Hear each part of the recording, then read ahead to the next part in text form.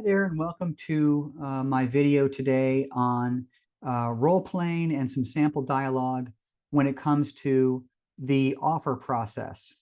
And so before we get started, who are we? We are White Rock Realty, and we are a smaller independent brokerage. We have agents across the state of Texas, Oklahoma, New Mexico. I am Brad Anderson. I'm the broker. And should you want any of the forms or samples or anything that I share within the videos, I'm more than happy to share.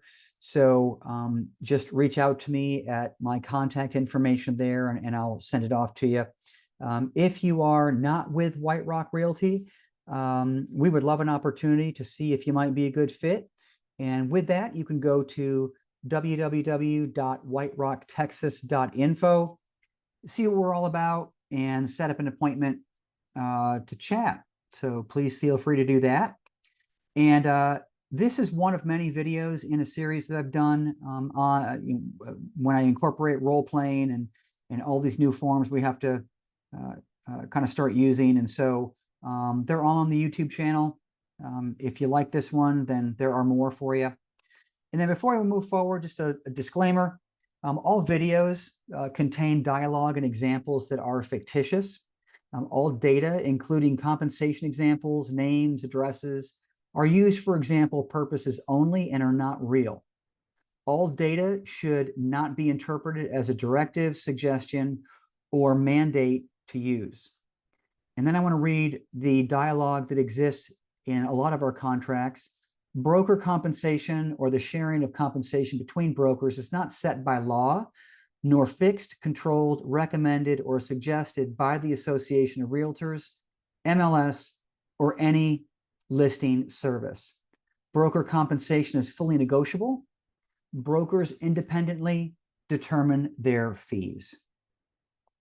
Okay, so with that, today's video is kind of the last in the series, I guess, because we are now at the offer process.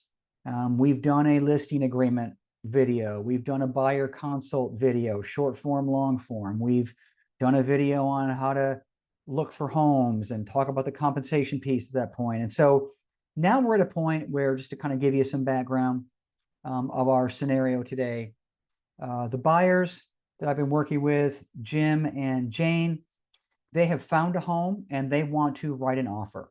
And so there are some new mandatory forms that we need to use. And I want to kind of work through some dialogue and just overall processes. So let's say that I get a call from them and it's them telling me that they want to put in an offer. All right. So my phone rings. Hi, this is Brad. Can I help you? Hey, Jim, how are you?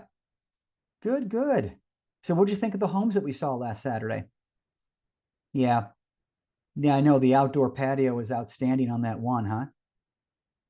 All right. So are you at a point where you want to make an offer on any of those, or do you want to keep looking? Okay, good. So you liked the one at 90 Sycamore? Yeah, that's a good, I like the price on that too. I think that that's a good value. Okay, well, here's what's going to happen next. So I have both you and yours and Jane's email, and so I am going to send you electronically all the contracts that are needed for the transaction. So you're going to see something called the 1 to 4 family residential contract. That's the purchase agreement. It's 11 pages long. So just be forewarned, take your time in reading it. And if you have any questions, I'm here to answer those. Then you're going to get one that's titled Third-Party Financing Addendum. And that just speaks to your loan, right? And so that's going to give us enough time to get, all the T's crossed and I's dotted with regards to your lender. I want to say this is in an HOA, right? Yeah, I thought so. So I'm going to send over an HOA addendum. And then with regards to compensation, so when I look back at my notes, this was the one that the seller was going to contribute up to $3,000 of this. Now, this home is $400,000. So our fee that we agreed upon was 3%, so that'd be 12%. And so the rest, which would be 9,000, that would be your responsibility. So are you still prepared to do that? Okay. All right. Well, great. Well, I will create these contracts and send them over to you, and expect those in your email box within the next hour. That sound good? Okay. Awesome. Thank you so much. We'll talk soon. All right. Bye-bye. All right. So you are just clarifying that out of the many homes that they were shown, that you took notes, and your notes say that they're only going to pony up $3,000 on the commission for you as the buyer's agent. And you are reiterating, hey, are you still able to pay the rest? All right. So the answer was yes. So we're going to move forward with that. And I'm not going to review the contracts that I mentioned to him, which were the 1-to-4 family, the third-party financing addendum, and the HOA addendum. But what I am going to send him is 2 required contracts, which is the compensation agreement between brokers. And now he's not going to sign this, but he's going to see it, because it's all about disclosure. And this document is needed by the title company to pay you as the buyer's agent. All right, so this cannot not be signed. Now, you'll notice that it's only signed by your broker and the listing broker, right? And it is going to reflect what the agent is going to pay you, or what the seller or the seller's agent is going to pay you as the co-op broker.